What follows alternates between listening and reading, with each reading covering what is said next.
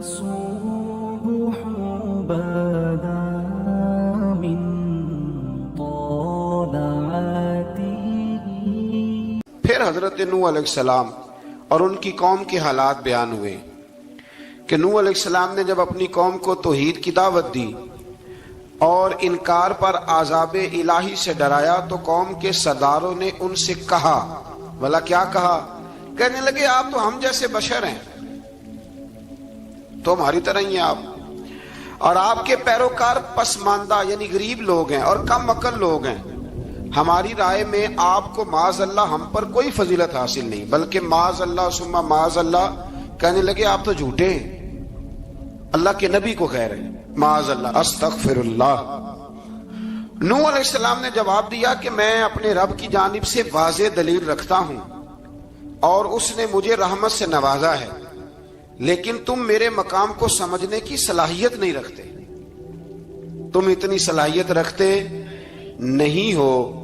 اور پھر ارشاد فرمایا کہ میں تم سے دعوت حق کے صلے میں کسی اجر کا طلبگار نہیں ہوں اور نہ ہی میں اہل ایمان کو اپنے پاس سے دھتکارنے والا ہوں، اور میں نے یہ دعویٰ بھی نہیں کیا کہ میرے پاس اللہ کے خزانے ہیں، اور نہ میں از خود غیب جاننے والا ہوں، اور نہ ہی میں یہ کہتا ہوں کہ میں فرشتہ ہوں، نہ میں یہ کہتا ہوں کہ جن لوگوں کو تم اپنی نظروں میں حقیر جانتے ہو اللہ انہیں خیر سے نہیں نوازے گا. فرمایا یہ ٹھیک ہے کہ اللہ بشروں میں سے رسول بناتا ہے، پر جسے بناتا ہے پھر اسے بڑی شانیں عطا فرماتا ہے. پہلے دن سے انسان کا یہ مسئلہ ہے، پہلے دن سے انسان کا یہ مسئلہ ہے کہ وہ کہتا ہے میں انسان سے ہدایت حاصل کروں، لیکن رب نے بھی قانون بنایا ہے کہ اللہ تبارک و تعالی بندے پر ہی وحی فرماتا ہے. فرشتوں اور جنوں کو اللہ نے اس منصب کے لیے منتخب نہیں فرمایا. قوم نوح نے کہا کہ آپ نے ہم سے بہت بحث کی معاذ اللہ، بس جس عذاب سے آپ ہمیں ڈرا رہے ہیں وہ لے آئیے. تو نوح علیہ السلام نے کہا کہ اللہ چاہے گا تو تم پر عذاب بھی آ جائے گا. آیت نمبر 37 سے 47 میں بتایا کہ اللہ تعالیٰ کی طرف سے نوح علیہ السلام کو حکم ہوا کہ ہماری نگرانی میں اور ہماری وحی کے مطابق آپ کشتی بنائیے اور ظالموں کے بارے میں ہم سے کوئی بات نہ کریں. حضرت نوح کی خواہش تھی کہ یا اللہ انہیں بھی معاف کر دے. فرمایا یہ ظالم ہے تو میرے نبی ان کے بارے میں مجھ سے کوئی بات نہ کریں، وہ ضرور غرق ہو جائیں گے. پھر وہ کشتی بنانے لگے اور جب ان کی قوم کے سردار ان کے پاس سے گزرتے تو ان کا مذاق اڑاتے. یہ آپ کیا کر رہے ہیں؟ آج بھی وزیر مشیر بڑے بڑے لوگ اللہ ماشاءاللہ دینداروں کا مذاق اڑاتے نہیں؟ اڑاتے ہیں کہ نہیں اڑاتے مذاق؟ یہ کن کا طریقہ ہے؟ یہ تو قرآن مجید کہہ رہا ہے کہ حضرت نوح کی قوم جو کافر تھی ان کا طریقہ ہے اہل ایمان کا مذاق اڑانا. تو وہ مذاق اڑانے لگے. نوح علیہ السلام نے کہا کہ وہ وقت آنے والا ہے کہ جب تمہارا مذاق اڑایا جائے گا اور تمہیں پتہ چل جائے گا کہ رسوا کن عذاب کس پر آئے گا. اللہ تعالیٰ نے فرمایا جب ہمارا حکم عذاب آ پہنچا اور تندور ابلنے لگا، تندور سے آگ نکلا کرتی ہے، پانی نہیں نکلا کرتا، اور نوح علیہ السلام کی قوم پر جب عذاب آیا تو پانی تندور سے نکلا. تندور سے اللہ نے پانی نکالا، جہاں سے پانی نکلا نہیں کرتا. تندور ابلنے لگا. اللہ اکبر. تو اللہ تبارک و تعالیٰ نے فرمایا تو ہم نے نوح علیہ السلام سے کہا کہ آپ خود اور اپنے گھر والوں کے ساتھ اس کشتی میں سوار ہو جائیں اور اہل ایمان کو بھی سوار کر لیں اور ہر چیز کے جوڑے یعنی نر اور مادہ کو سوار کر لیں. اور ان کے ساتھ ایمان والے بہت کم تھے. حضرت نوح علیہ السلام دعائیں پڑھتے ہوئے سوار ہو گئے. پھر کیا ہوا؟ کشتی انہیں پہاڑوں جیسی موجوں میں لے جا رہی تھی کہ نوح علیہ السلام الگ کھڑے ہوئے اپنے بیٹے سے فرمانے لگے بیٹے ہمارے ساتھ کشتی میں سوار ہو جا اور کافروں کے ساتھ نہ رہو. اس نے یعنی نوح علیہ السلام کے بیٹے نے کہا کہ میں آپ کے ساتھ نہیں بیٹھوں گا، ابھی کوئی پہاڑ آئے گا تو میں پہاڑ کی پناہ لے لوں گا. اگر کسی نیک آدمی کا بیٹا کبھی غلط نکل آئے تو اس کا مطلب یہ نہیں کہ اس نے تربیت ٹھیک نہیں کی. ہاں یہ اعتراض چھوڑ دیں، اس لیے کہ نوح علیہ السلام کا بیٹا کافر ہو گیا اور جب سیلاب نظر آیا تو اس سے کہا کہ آجا سوار ہو جا، تو کہنے لگا میں نہیں بیٹھوں گا، میں تو کسی پہاڑ کی پناہ لے لوں گا اور میں اس کے اندر چھپ جاؤں گا اور وہ پہاڑ مجھے پانی سے بچا لے گا. نوح علیہ السلام نے کہا آج اللہ کے حکم کے سوا کوئی بچانے والا نہیں ہے سوائے اس کے جس پر اللہ رحم فرمائے۔ پھر ان دونوں کے درمیان موج حائل ہو گئی، ایسے ایک موج اٹھی اور حضرت نوح کا بیٹا ڈوب گیا۔ اور جب حضرت نوح کا بیٹا ڈوبا، اللہ کی طرف سے حکم ہوا اے زمین اپنا پانی نگل لے، اے آسمان تھم جا، اور پانی خوش ہو گیا۔ اللہ کا فیصلہ نافذ ہو گیا اور کشتی کوہ جودی پر ٹھہر گئی۔ نوح علیہ السلام نے اللہ سے التجا کی، کیا میرے پروردگار میرا بیٹا اور میرے اہل سے ہے، اور تیرا وعدہ سچا ہے کہ تم میرے اہل کو بچا لے گا۔ اللہ نے فرمایا نوح وہ آپ کے اہل میں سے ہے ہی نہیں، وہ آپ کے اہل میں سے ہے ہی نہیں۔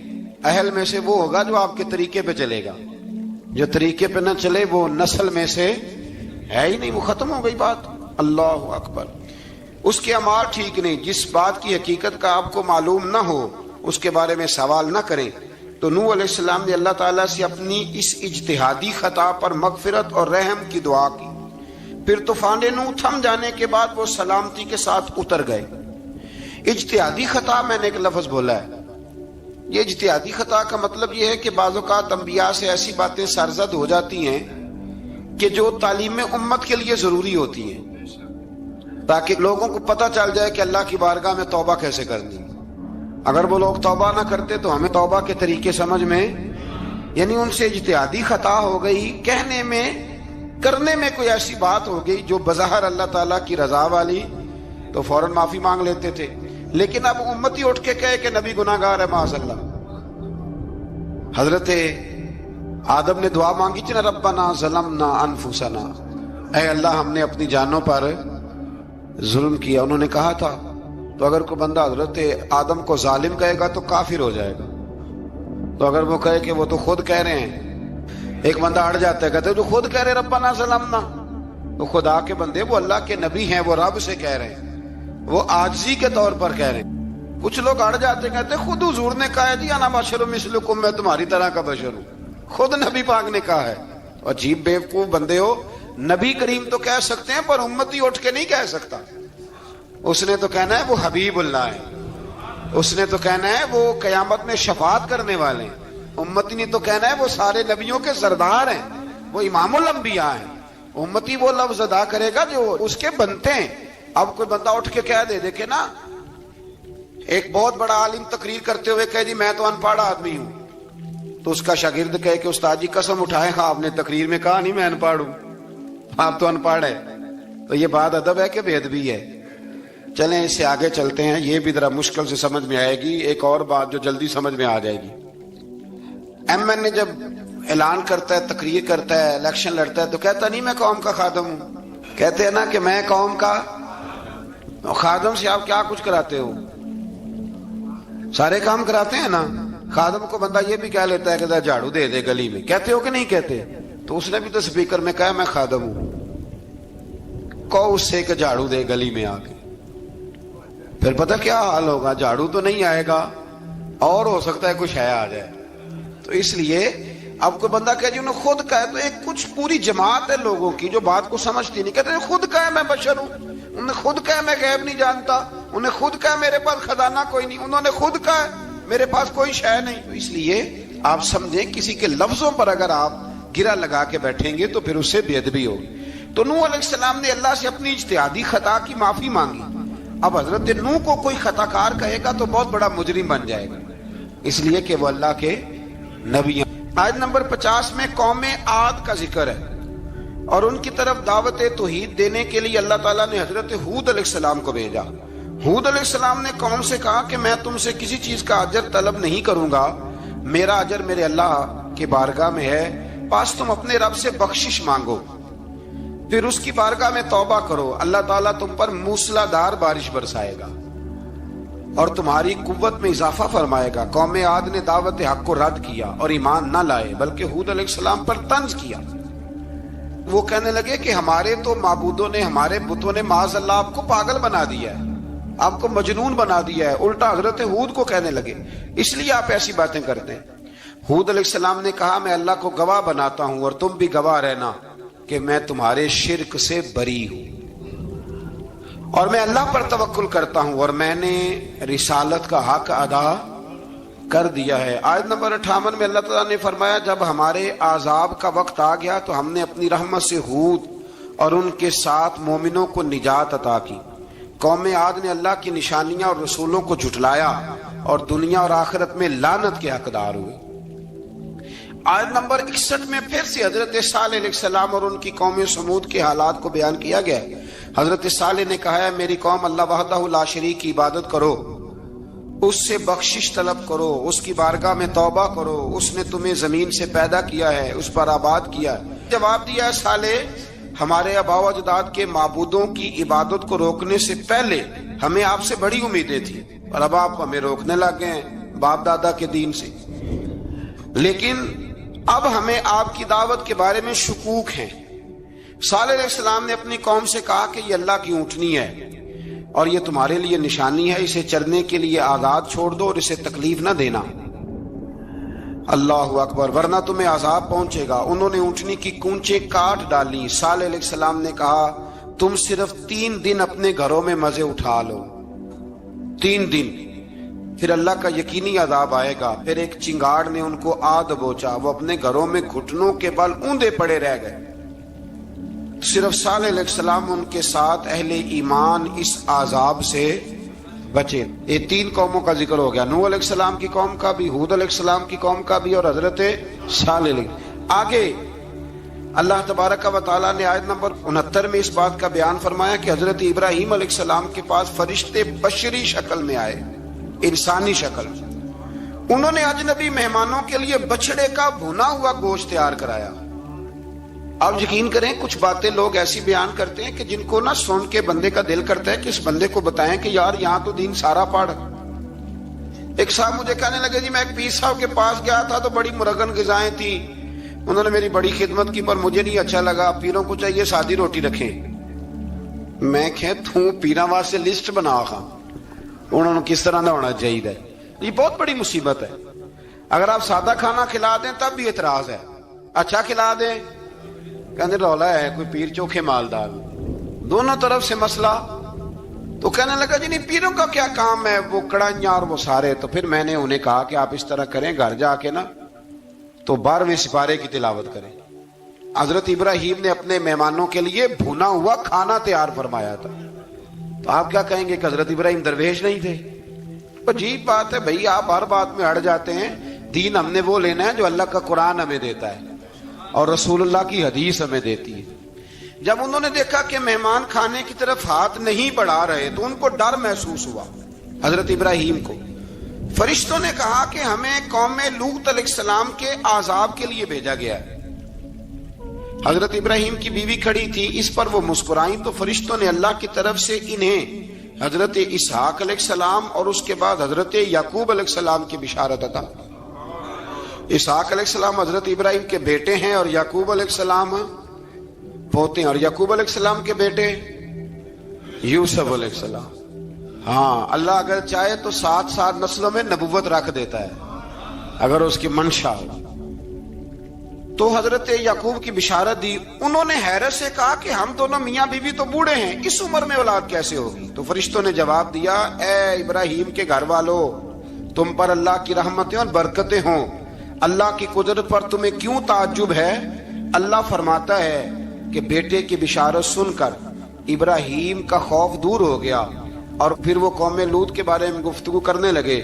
ابراہیم بہت بردبار، اللہ سے آہوزاری کرنے والے اور اس کی طرف رجوع کرنے والے تھے۔ اللہ تعالیٰ نے حضرت ابراہیم علیہ السلام کو فرمایا اے ابراہیم اس گزارش سے آپ گریزاں رہیں، اس کا یقینی فیصلہ ہو چکا ہے اور ان پر نہ ٹلنے والا عذاب نازل ہو کے رہے گا۔ وہ کیا گناہ کرتے تھے؟ لوط علیہ السلام کی قوم کو میں نے بتایا تھا، مرد مردوں سے بدفعلی کرتے۔ تو حضرت ابراہیم نے بھی عرض کی، بار بار گزارش کی، بحث کی کہ اللہ مہربانی فرما ان کا عذاب۔ آپ دیکھیں نبیوں کے حوصلے کتنے بڑے ہیں، قومیں تنگ کرتی ہیں اور طرح طرح کی باتیں کرتی ہیں اور پیغمبر پھر بھی کہتے ہیں یا اللہ مہربانی فرما، اے اللہ ان سے عذاب۔ آیت نمبر 77 میں حضرت لوط علیہ السلام کی قوم کی بدعمالیوں اور لوط علیہ السلام کے اپنی قوم کو بدعمالیوں کے باعث فرشتوں کی آمد، قوم کے بدعمال لوگوں کے دوڑ کر آنے اور حضرت لوط کو ان کے سمجھانے اور ان کے انکار پر مضطرب ہونے کا ذکر ہے، جس پر فرشتوں نے حضرت لوط کو تسلی دی کہ آپ فکر نہ کریں، ہم آپ کے رب کے فرشتے ہیں، یہ آپ اور ہم تک نہیں پہنچ سکیں گے۔ آپ رات کے آخری حصے میں قوم کی طرف توجہ کیے بغیر ہجرت فرما لیں، اس لیے کہ صبح کے وقت ان پر عذاب آئے گا۔ جب اللہ کا عذاب آیا تو اس نے بستی کے اوپر کے حصے کو نیچے کر دیا اور قوم لوط کے اوپر اللہ کی طرف سے لگاتار نشان زدہ پتھر برسائے گئے، لگاتار پتھر آئے۔ آیت نمبر 84 میں اللہ تعالیٰ نے حضرت شعیب علیہ السلام اور ان کی قوم کا ذکر فرمایا ہے اور ان کے جرائم کو بیان کیا گیا ہے۔ وہ ناپ تول میں کمی کرتے تھے، دوسروں کو چیزیں کم تول کر دیتے تھے۔ اللہ تعالیٰ نے ان سے فرمایا کہ فساد فی الارض سے باز آؤ اور اپنے سے پہلے سرکش امتوں کا انجام دیکھ لو۔ جب حضرت شعیب کی نصیحتوں کا ان پر اثر نہ ہوا تو پھر اللہ تعالیٰ نے انہیں بھی عذاب سے ہلاک کر دیا۔ آیت نمبر 94 میں فرمایا کہ جب ہمارا عذاب آیا تو ہم نے اپنی رحمت سے حضرت شعیب اور ان پر ایمان لانے والوں کو بچا لیا، اور ظالموں کو ایک زبردست چنگاڑ نے پکڑ لیا تو صبح وہ اپنے گھروں میں اوندے منہ پڑے تھے، گویا وہ کبھی وہاں آباد تھے ہی نہیں۔ آیت نمبر 96 میں حضرت موسیٰ علیہ السلام کو عطا کیے جانے والے 9 معجزات کا ذکر ہے۔ پھر فرعون اور اس کے پیروکاروں کے باطل روش کے باعث ان کی ہلاکت کا بھی ذکر فرمایا، اور دنیا اور آخرت میں انہیں ملعون یعنی لعنتی قرار دیا۔ جن بستیوں کو اللہ تعالیٰ نے ہلاک کیا ان میں سے بعض کے آثار موجود ہیں اور بعض کے آثار تک معدوم ہو چکے، ان میں سے ہر بستی والے اپنے ظلم کے باعث ہی ہلاک ہوئے۔ اللہ تعالیٰ کسی پر ظلم نہیں فرماتا، لوگ خود اپنی جانوں پر ظلم کرتے ہیں۔ جو شخص عذاب آخرت سے ڈرتا ہے اس کے لیے اس میں نشانیاں موجود ہیں۔ آیت نمبر 106 سے اللہ تعالیٰ نے انجام کے اعتبار سے لوگوں کی 2 قسمیں بیان کی، 2 قسمیں فرمایا، ایک ہیں سعادت مند لوگ اور دوسرے ہیں بدبخت۔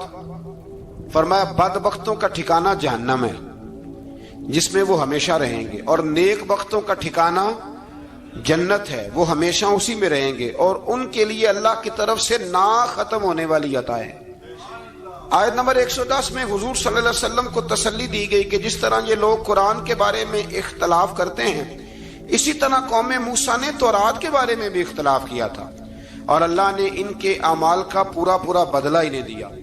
آیت نمبر 112 سے سرکشی کو چھوڑ کر احکامات دین پر استقامت اختیار کرنے اور ظالموں کے ساتھ میل جول رکھنے سے بچنے کا حکم دیا گیا ہے، اور فرمایا کہ ظالموں سے میل جول کا انجام دوزخ کی آگ ہے۔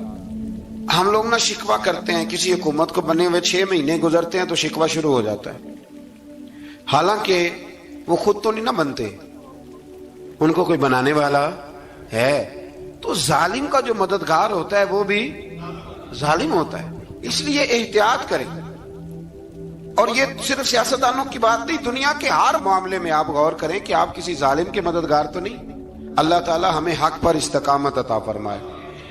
آیت نمبر 114 میں دن کے دونوں طرفوں میں اور ابتدائی رات کے کچھ حصے میں اللہ تعالیٰ نے نماز قائم کرنے کا حکم دیا ہے، رات کے کچھ حصے میں بھی نماز پڑھنی چاہیے، اور یہ بھی بتایا کہ بے شک نیکیاں گناہوں کو مٹا دیتی ہیں، اور یہ نصیحت قبول کرنے والوں کے لیے نصیحت ہے۔ آیت نمبر 120 میں اللہ تعالیٰ نے فرمایا کہ ہم آپ صلی اللہ علیہ وسلم کو رسولوں کی تمام خبریں آپ کے دل کی تسکین اور تقویت کے لیے بیان کرتے ہیں، اور ان میں مومنوں کے لیے نصیحت اور عبرت ہے کہ ان ساری باتوں سے عبرت پکڑ لو۔ بچہ صرف وہی جو اللہ کے نبیوں کے طریقے پہ چلا اور نبیوں کے ساتھ رہا، باقی بچ سکے نہیں۔ اللہ تعالیٰ کی طرف سے توحید و رسالت اور وقوع قیامت کے دلائل بھی ہیں۔ آیت نمبر 123 میں فرمایا کہ آسمانوں اور زمینوں میں سب غیب اللہ ہی کے ساتھ مختص ہیں، اور ہر کام اسی کی طرف لوٹایا جاتا ہے۔ آپ اسی کی عبادت کیجئے، اسی پر توکل کیجئے، اور آپ کا رب لوگوں کے اعمال سے غافل نہیں ہے۔ اسی بارے میں آگے سورۃ یوسف شروع ہو رہی ہے۔ اس کو اللہ تعالیٰ نے کہا ہے کہ یہ بڑا پیارا قصہ ہے، احسن القصص کا، قصوں میں سونا قصہ۔ تو یہ کچھ 12ویں پارے میں اور کچھ 13ویں پارے میں ہے۔ میں نے یہ ارادہ کیا ہے کہ یہ ایک ہی دن پوری بیان کی جائے۔ قوم سبت کا ذکر فرمایا اللہ نے، ہفتے والے دن کچھ لوگ نافرمانی کرتے. ہمارے بھی ہیلے بہانے ہیں نا آج کل کاروبار میں. تو اسی سپارے کی آیت نمبر 65 کے اندر اللہ تعالیٰ نے حضرت داؤد کی قوم کا ذکر کیا کہ اللہ نے انہیں حکم دیا تھا کہ ہفتے والے دن مچھلیاں نہیں پکڑنی. تو وہ کہتے تھے چلو ہاتھ لگا کے نہیں پکڑنی, ہاتھ لگا کے. وہ ہمارے لوگ ہیلے بہانے تلاش کر لیتے ہیں نا. وہ بڑے جناب انشورنس والا آ گیا, اب وہ بینک والا آ گیا, اب وہ فلانے صاحب آ گئے, وہ تروڑ مروڑ کے کہانیاں باتیں, اور پھر ہمیں بھی رستے مل جاتے ہیں بچنے کے. مفتی صاحب نے کہہ دیا تھا, ایک مولانا سے میں نے ان کو کہا ہفتے والے دن مچھلیاں نہیں پکڑنے کا. نہیں پکڑتے, چھوٹے چھوٹے حوض بنا لیے. تو مچھلیاں زیادہ آتی تھی اس دن, یہ بھی اللہ کی قدرت تھی. نماز کے وقت گاہک زیادہ آتے ہیں, یہ اس کی قدرت ہوتی ہے. تو وہ مچھلیاں حوض میں جمع ہو جاتی ہیں. یوں سمجھ لیں کہ جال انہوں نے لگا لیے ہوئے تھے, تو جال میں وہ پھنستی رہتی تھی, حوضوں میں آتی رہتی تھی. ہفتے کو نہیں پکڑتے تھے, اتوار کو پکڑ لیتے تھے. تو پھر اللہ نے انہیں سزا دی. فرمایا تماشے کرتے ہو اللہ کے حکم کے ساتھ. کیا سزا دی؟ فَقُلْنَا لَهُمْ كُونُوا قِرَادَةً خَاسِئِينَ. فرمایا بندر بن جاؤ دھتکارے ہوئے. جو رزق حرام طریقے سے کماتے تھے رب انہیں بندر بنا دیتا تھا. ابھی بھی میں نے دیکھے ہیں بڑے بڑے تاجر پاگلوں جیسی زندگی گزار رہے ہیں. نفسیاتی طور پہ سکون نہیں ہے, کروڑوں روپیہ پڑا ہے. کیوں؟ اس لیے کہ رب کے بتائے ہوئے طریقے کے مطابق تجارت نہیں کرتے. آگے ایک اور دلچسپ بات آ گئی. بنی اسرائیل کے اندر نا ایک شخص نے اپنے چچا کو قتل کر دیا جائیداد کے لیے. یہ دیکھیں کب سے لوگ جائیداد کے لیے قتل کرتے آ رہے ہیں. چچا کو قتل کر دیا, اور قتل کر کے حضرت موسیٰ علیہ السلام کے پاس آئے کہ میرے چچا کو کسی نے قتل کر دیا ہے, تو بتائیں کیا کرنا ہے. تو آپ نے فرمایا کہ گائے ذبح کرو, اور اس کا ایک ٹکڑا مقتول کو مارو, مرنے والے کو. وہ خود اٹھ کے بتا دے گا مجھے کس نے قتل کیا ہے. اب ارادہ نہیں تھا گائے ذبح کرنے کا, تو بہانے کرنے لگے. ارادہ نہیں نہ ہوتا تو پھر کیا ہوتے ہیں, کہنے لگے گائے کس طرح کی ہو, بوڑھی ہو کہ بچی ہو, رنگ کیسا ہو, جوان ہو کہ چھوٹی ہو, حال میں ایک دفعہ چلنا سیکھ گئی ہو یا ابھی نہ سیکھی ہو. تو بتاتے گئے تو رب بھی شرطیں بیان کرتا گیا. گہرے زرد رنگ کی ہو, حال کے اندر اسے نہ چلایا گیا ہو, پانی نہ نکالا گیا ہو, نہ بچی ہو نہ جوان ہو, اس کے درمیان ہو. یہ ساری شرطیں کہاں پائی جاتی تھیں؟ حضرت موسیٰ علیہ السلام کی قوم کا ایک شخص تھا جو اللہ کا ولی تھا. وہ جب انتقال کرنے لگا نا, اللہ اکبر, دیکھو رب ولیوں کی اولادوں پر بھی کتنا فضل فرماتا ہے. وہ جب انتقال کرنے لگا تو ایک اس کے پاس چھوٹی سی بچیا تھی, گائے کی بچی. اس نے جنگل میں چھوڑ دی. کہنے لگا یا اللہ میں تیرے نام پہ چھوڑتا ہوں, میرا بچہ جوان ہو جائے تو اسے دے دینا, اور تو سرمایہ ہی کوئی نہیں. بچہ بڑا ہوا تو بچہ بھی بڑا نیک تھا, اپنی ماں کا بڑا فرما بردار تھا. اس کی ماں نے کہا بیٹا تیرے باپ نے ایک گائے چھوڑی تھی. تو بچہ جنگل میں گیا اور جا کے کہنے لگا اے اللہ میری گائے مجھ سے ملا دے. تو رب کریم نے وہ گائے واپس کر دی. وہ گائے گھر لے آیا. اب وہ کہنے لگا اماں بیچ دوں, تو اماں کہنے لگی بیٹا میرے پوچھے بغیر نہ بیچنا. کئی دفعہ گاہک لگے, پر اس نے کہا جب تک میری اماں نہ کہے گی میں بیچوں گا. ادھر بنی اسرائیل والے شرطیں جتنی گائے کے بارے میں پوچھ چکے تھے وہ ساری اسی گائے میں پائی جاتی تھی. تو یہ ڈھونڈتے ڈھونڈتے وہاں پہنچ گئے. تو کہنے لگے گائے چاہیے. تو اس نے کہا بھی تمہاری مرضی سے نہیں, قیمت میری مرضی کی. ایک مفسر نے تو یہاں تک لکھا ہے کہ اس نے کہا گائے ذبح کر کے نا, تو جتنا گائے کے اندر گوشت ہوگا نا اتنا ہی کھال کے اندر تم مجھے مال بھر کے دو گے, اتنے ہی سکے بھر کے دو گے, اتنی اشرفیاں بھر کے دو گے, تو پھر تمہیں گائے دوں گا. تو پھر یہ گائے انہیں ملی اور یہ گائے لے کر کے آئے. زیادہ سوالات نہ کرتے تو زیادہ الجھتے نہ. ہم بھی دین کے معاملے میں بڑے سوال جواب کرتے ہیں, اتنا سوال کریں جتنی اس کی ضرورت ہے. ان لوگوں نے سوالات زیادہ کیے تو پھر الجھ زیادہ گئے.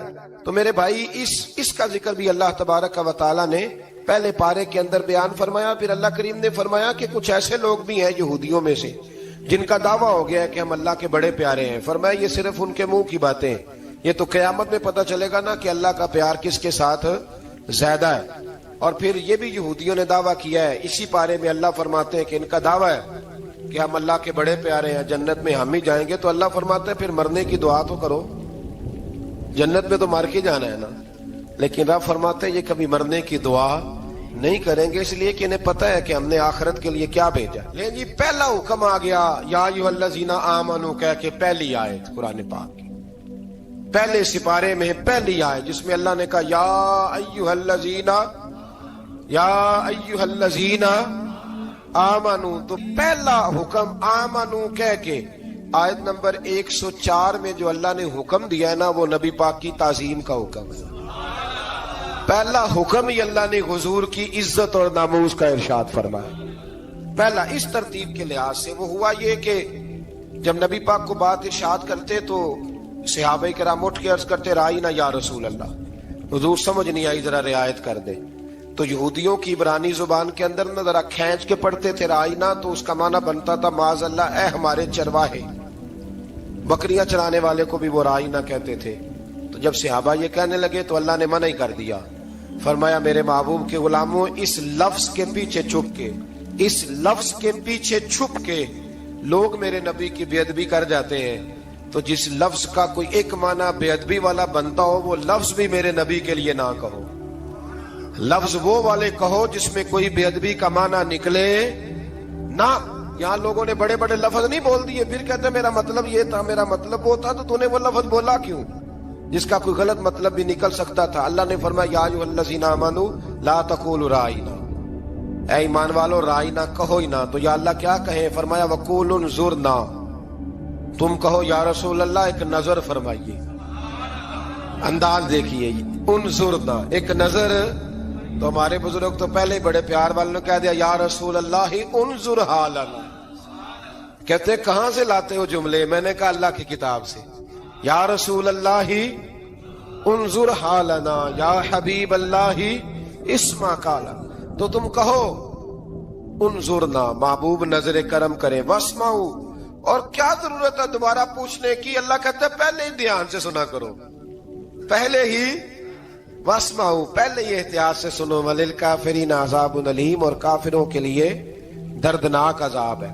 لے جی اسی پارے میں اللہ تبارک و تعالیٰ نے پھر اہل یہود کا ذکر کیا، تو یہود کہنے لگے کہ ہم حضرت ابراہیم کے ماننے والے ہیں، تو اللہ کریم نے وہ بھی ذکر کیا کہ میں نے تو ابراہیم کو آزمایا ہے، وَإِذِ ابْتَلَىٰ إِبْرَاهِيمَ رَبُّهُ بِكَلِمَاتٍ فَأَتَمَّهُنَّ، ہم نے ابراہیم کو کچھ چیزوں سے آزمایا ہے، وہ ہماری آزمائش پہ پورے اترے۔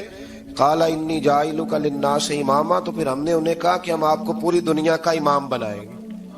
وہ آزمائش کیا تھی؟ آگ میں جانا بھی آزمائش، بیٹے کا نہ ہونا بھی آزمائش، بیٹا ہوا تو پھر اسے وادی غیر ذی زرع ان میں چھوڑ کے آنا بھی آزمائش، بڑا ہوا تو پھر ذبح کرنا بھی آزمائش۔ فرمایا جہاں جہاں آزمایا ہے نا، ابراہیم ہماری آزمائش میں پورے اترے۔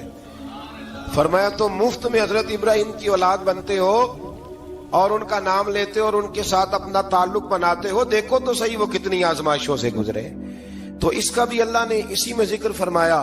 اور پھر وہ بات کرتے تھے حضرت یعقوب کی اور حضرت اسحاق کی، تو فرمایا وہ تو ہمارے اتنے خاص بندے تھے کہ وصال کا وقت بھی انہوں نے اپنی اولادوں کو نصیحت فرمائی تھی کہ اللہ کی توحید پہ قائم رہنا، اس کا ذکر بھی اللہ نے اسی پارے میں بیان فرمایا۔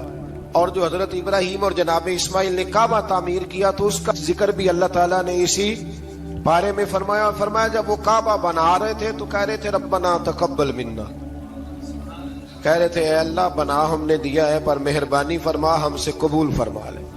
تو جو آیہ کریمہ آخر میں عرض کرنا چاہتا ہوں اس پر بھی تھوڑی توجہ فرمائیں گے تو بات بڑی نکھر کے باہر آئے گی۔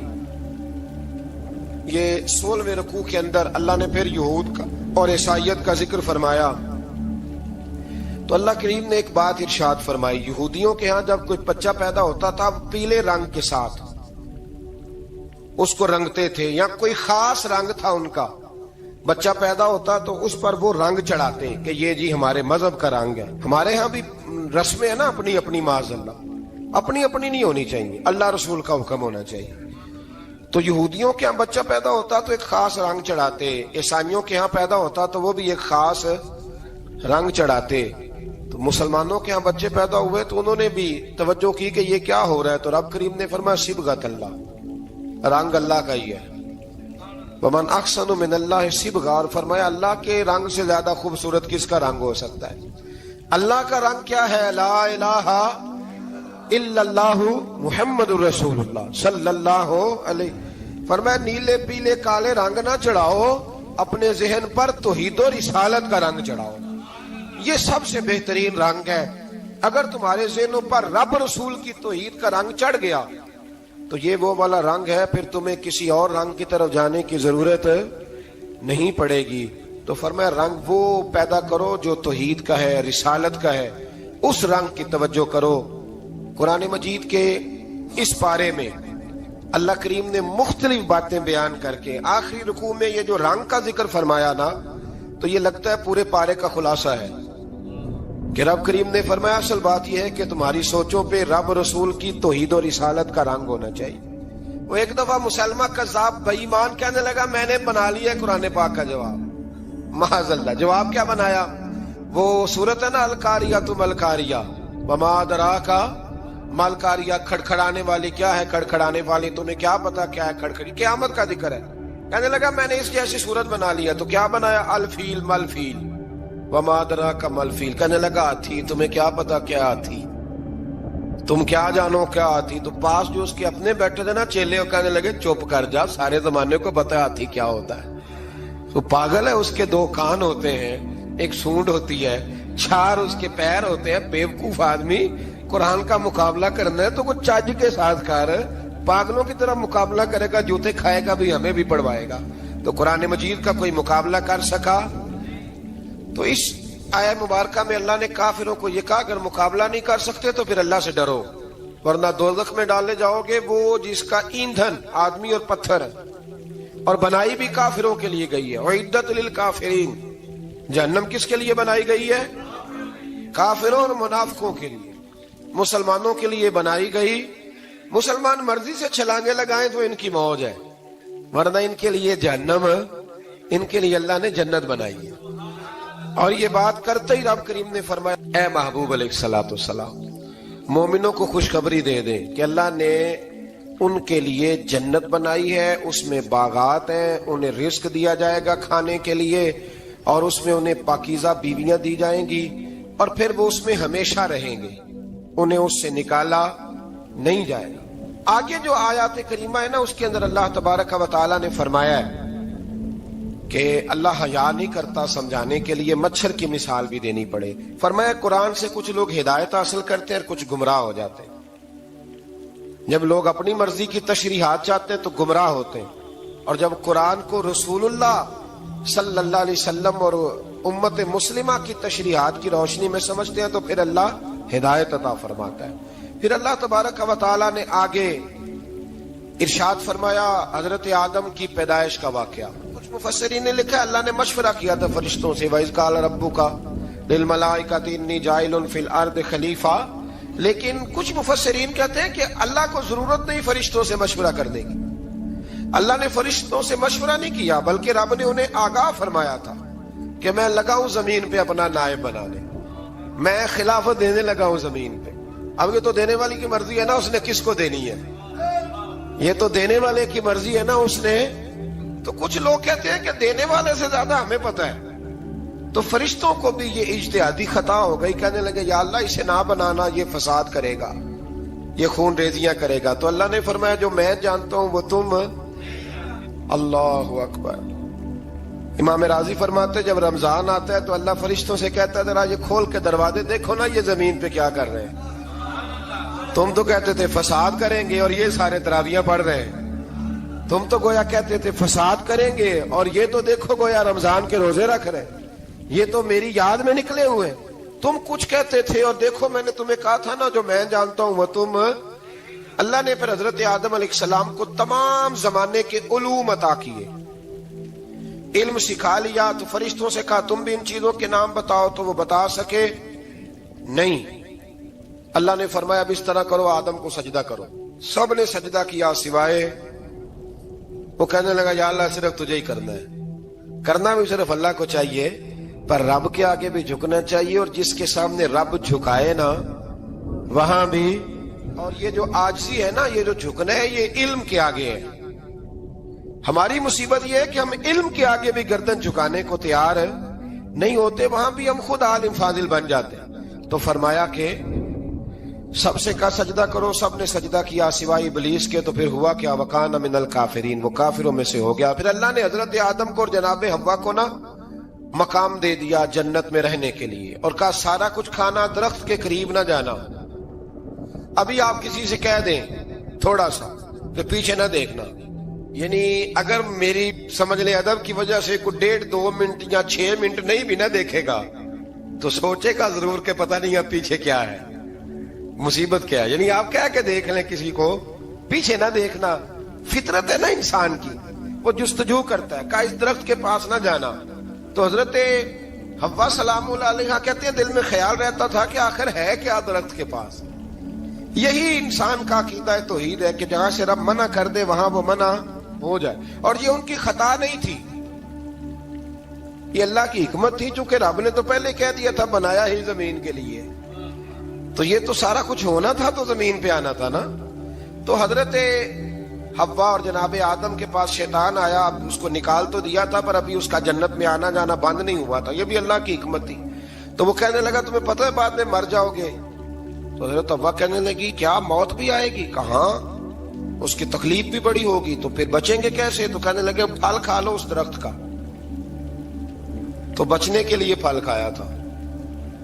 اس طرح لوگ آج بہت سارے کام بچنے کے لیے کرتے ہیں پر بچ سکتے، بچنے کے لیے پھل کھایا تو اللہ نے فرمایا زمین پہ چلے جاؤ۔ تو حضرت آدم زمین پہ آئے، پھر کئی 100 سال روتے رہے۔ فَتَلَقَّى آدَمُ مِن رَبِّهِ کَلِمَاتٍ، تو پھر اللہ نے خود ہی جناب آدم کو کچھ کلمے سکھائے۔ علامہ اسماعیل لکی فرماتے ہیں وہ کلمے یہ تھے کہ حضرت آدم نے میرے نبی کا وسیلہ پیش کیا، اللہ کریم نے جناب آدم کی دعا کو مقبول فرما لیا۔ پھر آگے بنی اسرائیل کا ذکر آ جاتا ہے۔ اللہ تعالیٰ نے بنی اسرائیل، آج آپ اسی قوم کو یہودی کہتے ہیں، ان کو اللہ نے اس زمانے میں فضیلت عطا کی تھی بہت زیادہ۔ تو عرب کے اندر جب نبی پاک علیہ السلام نے اعلان نبوت کیا تو کچھ لوگوں نے یہ کہہ دیا کہ اگر یہ یہودی کلمہ پڑھ لیں گے تو ہم بھی پڑھ لیں گے۔ تو پھر اللہ نے انہیں یاد کرایا کہ تم اصل میں کیا ہو، تمہیں کلمہ پڑھنا چاہیے۔ تو اہل یہود کا تذکرہ کرتے کرتے رب کریم نے ایک بات یہ بھی ارشاد فرمائی کہ تم لوگوں کو تو کہتے رہے ہو کہ وہ نبی آنے والے ہیں، وہ نبی آنے والے ہیں، اور جب آ گئے ہیں تو ماننے کو تیار نہیں ہو۔ تو فرمایا تأمرون الناس بالبر وتنسون انفسکم وانتم تتلون الکتاب، لوگوں کو بھلائی کا حکم دیتے ہو اور اپنے آپ کو بھول جاتے ہو، افلا تعقلون، تمہیں عقل نہیں؟ پھر اللہ نے انہیں یہ بھی یاد کرایا کہ یاد کرو وہ زمانہ کہ جب فرعون نے خواب دیکھ لیا تھا کہ کوئی بچہ اس کی سلطنت کو تباہ کرے گا، تو پھر اس نے تمہارے بچوں کو ذبح کرانا شروع کیا اور تمہاری بیٹیوں کو چھوڑتا تھا۔ فرمایا یہ بھی تو تم نے دیکھا، میں نے تمہیں پھر تم سے کہا جہاد کرو قوم عمالقہ کے خلاف، تو مقام طیہ میں جا کے یہ لوگ کہنے لگے ہم سے جہاد نہیں ہوتا۔ اللہ نے انہیں ایک میدان میں قید کر دیا۔ بڑی دلچسپ بات، قید تو لوگ ہوتے ہیں نا چار دیواری میں، تو اللہ نے بنی اسرائیل والوں کو جب انہوں نے کہا ہم جہاد نہیں کریں گے تو اللہ نے میدان میں قید کر دیا۔ میدان میں، یہ یاد رکھیں، جب انسان اللہ کی نافرمانی کرتا ہے تو اسے ایسی قید ملتی ہے جس کا اس نے تصور بھی نہیں کیا ہوتا۔ ایک میدان ہے مقام طیہ، قید ہو گئے، سارا دن سفر کرتے تھے، سارا دن، تو رات کو تھک کے سوتے تھے، صبح اٹھتے تھے نا جب، تو وہیں ہوتے تھے جہاں کل صبح چلے تھے۔ تو رب جب کسی کو قیدی بناتا ہے تو اسے زنجیروں کی، سلاخوں کی ضرورت ہے۔ دعا فرمائے اللہ تبارک و تعالی غموں سے نجات عطا فرمائے، یہ دعا فرمائے۔ ایسی قید دیتا ہے کہ جس سے پھر چھٹکارا ہو سکتا۔ تو بنی اسرائیل کا بہت زیادہ تذکرہ اس بارے میں اللہ تبارک و تعالی نے پھر بیان کیا، اور پھر کہا کہ انہیں جو حکم دیا جاتا تھا یہ اس کی سرتابی کرتے تھے، پھر اللہ نے ان پر ذلت نازل کر دی اور یہ ہمیشہ اس کا شکار ہے۔ صلی علی سیدنا و مولانا محمد، اللہم صلی علی سیدنا و مولانا محمد۔ اللہ کے شیر ہے در کرار پر درود، اللہ کے شیر ہے در کرار پر درود، اللہ کے شیر غدر کرار پر درود حضرت حسن حسین کے کردار پر درود اللہم صلی علی سیدنا و مولانا محمد وعلی سیدنا علی و سیدتنا فاطمہ و سیدتنا زینب و سیدنا حسن و سیدنا حسین وعلی آلہ و صحبہ و بارک وسلم زینب کی بارگاہ میں